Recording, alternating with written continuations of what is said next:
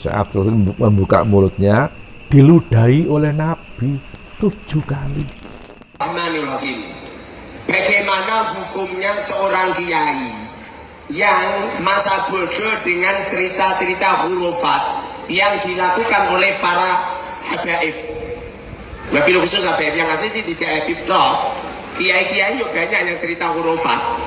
Ada kiai yang ngomong ini. Nanti kalau panjenengan Bu, kalau wafat kok ditanya sama malaikat munkar nakir, marobuka, jawab. Jawab Syekh Abdul Qadir Jilani. Itu ada di situ. Wa man nabiyuka Syekh Abdul Qadir Jilani. Wa man dinuka Syekh Abdul Qadir Jilani. Itu namanya hurufat. Enggak boleh, itu haram. Di waktu ada cerita hurufat, cerita ngarang-ngarang sendiri tanpa berdasarkan ilmu tidak masuk akal. Bahkan hurufatnya nyampe melebihi daripada mujizat, maka hukumnya haram untuk diceritakan ke umat. Muharrar Hudori sekarang sudah terang-terangan mirip seperti Imaduddin Usman Banten. Dia mengharamkan yang namanya karomah, termasuk bukan hanya karomah para habaib, tapi juga karomah-karomahnya Syekh Abdul Qadir Al-Jailani. Bukan hanya dikritik Muharrar ini, tapi mengharamkan. Ingat, mengharamkan karomah-karomah Syekh Abdul Qadir Al-Jailani. Naudzubillah, tsumma naudzubillah. Padahal dia dan Imaduddin itu menjunjung tinggi Syekh Abdul Qadir Al-Jailani. Bahkan mereka mengaku-ngaku sebagai keturunan daripada Syekh Abdul Qadir Al-Jailani. Tapi dia mengharamkan yang namanya karomah-karomah Syekh Abdul Qadir Al-Jailani. Kan double. Kemudian teman-teman, apakah ini yang diceritakan oleh Yai Halwani sebagai ketua Jatman yang baru?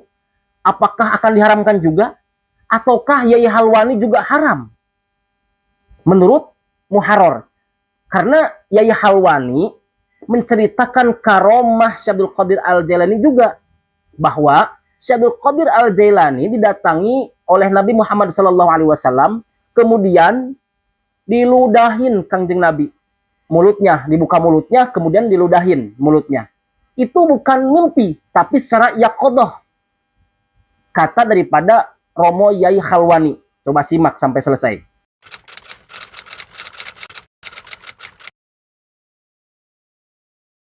Al-Arif Billah Mbah Kiai Haji Dalhar bin Abdurrahman kan mondok di Mekah di atas 22 tahun. Nah, Mbah Dalhar kan begitu seorang waliullah. Teman ngajinya di sana itu ada yang sudah wafat. Itu loh. Tapi ikut ngaji. Jadi orang yang sudah sampai pada makomnya bisa ketemu sama orang yang sudah wafat. Terus ketemu, terus bilang sama Mbah Dalhar, sok golek ana omahku nang Ngadi Wongso ngene gitu. Nah, itu. Terus diketemukan oleh Mbah Dalhar, merintahkan masyarakat kampung bongkar, ketemulah kuburannya di situ. Tapi juga sebelumnya itu juga sempat bertamu juga di Ngadi Wongso Mbah Dalhar. Setelah Mbah Nur Muhammad wafat? Iya, jauh-jauh sudah wafat. Ketemunya sudah wafat. Itu bisa kayak gitu. Syekh Abdul Qadir kan kayak gitu juga. Apalagi Syekh Abdul Qadir yang Sultanul Auliya.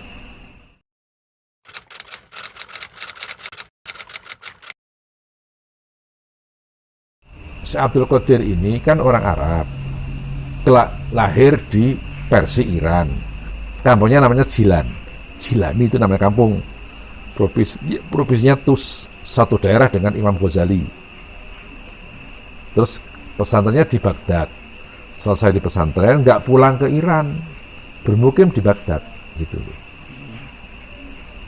Pagi-pagi sekitar jam 8 duduk di rumah. Ribuan manusia datang, satu permintaan. Ya Abdul Qadir, hadisin nas liyan tafi'u bi ilmik. Hai Abdul Qadir, orang sebanyak ini ajari ilmu kamu supaya dapat kemanfaatan dari ilmumu. Gitu. Syekh Abdul Qadir menjawab, saya belum berani mengajarkan ilmu-ilmu saya sebelum dapat perintah langsung dari Nabi. Gitu. Pagi jawab kayak gitu, menjelang zuhur Nabi datang, nggak lewat mimpi, tatap muka, saksiyah jasadiyah. Jadi kalau orang sudah pada makomnya bisa kayak gitu itu. Nabi datang.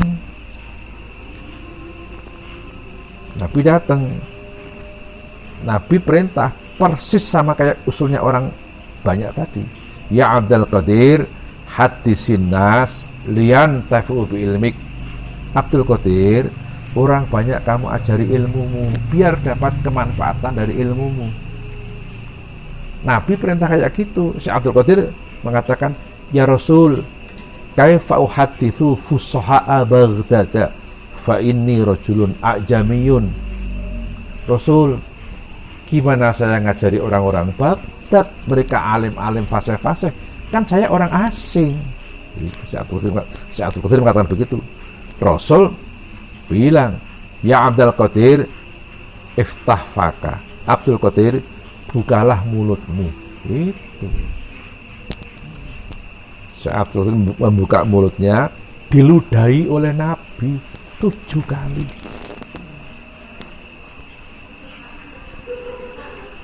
Habis itu Nabi pergi. Masuk waktu zuhur. Habis sholat zuhur, ribuan orang sudah minta, Abdul Qadir, segera kamu ngajari ilmu pada orang sekian banyak. Syekh Abdul Qadir sudah duduk mau mengajarkan ilmunya, lidahnya itu terkunci, mulutnya terkunci, sulit untuk bicara. Duduk terus, tahu-tahu ada orang yang datang belakangan sendirian, seorang laki-laki. Dipandang terus, siapa tuh yang datang belakangan? Ternyata setelah dekat, Sayyidina Ali datang.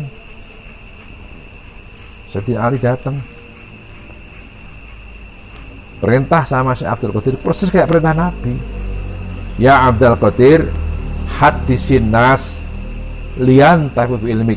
Abdul Qadir, orang sekian banyak kamu ajari ilmumu biar dapat kemanfaatan ilmumu. Kemudian Syekh Abdul Qadir mengatakan, ya Sayyidi Ali, fammi mughallaq. Sayyidina Ali, mulutku terkunci, tidak bisa untuk bicara. Akhirnya Sayyidina Ali memerintahkan, iftah faka, bukalah mulutmu. Syekh Abdul Qadir membuka mulutnya, diludahi oleh Sayyidina Ali 6 kali.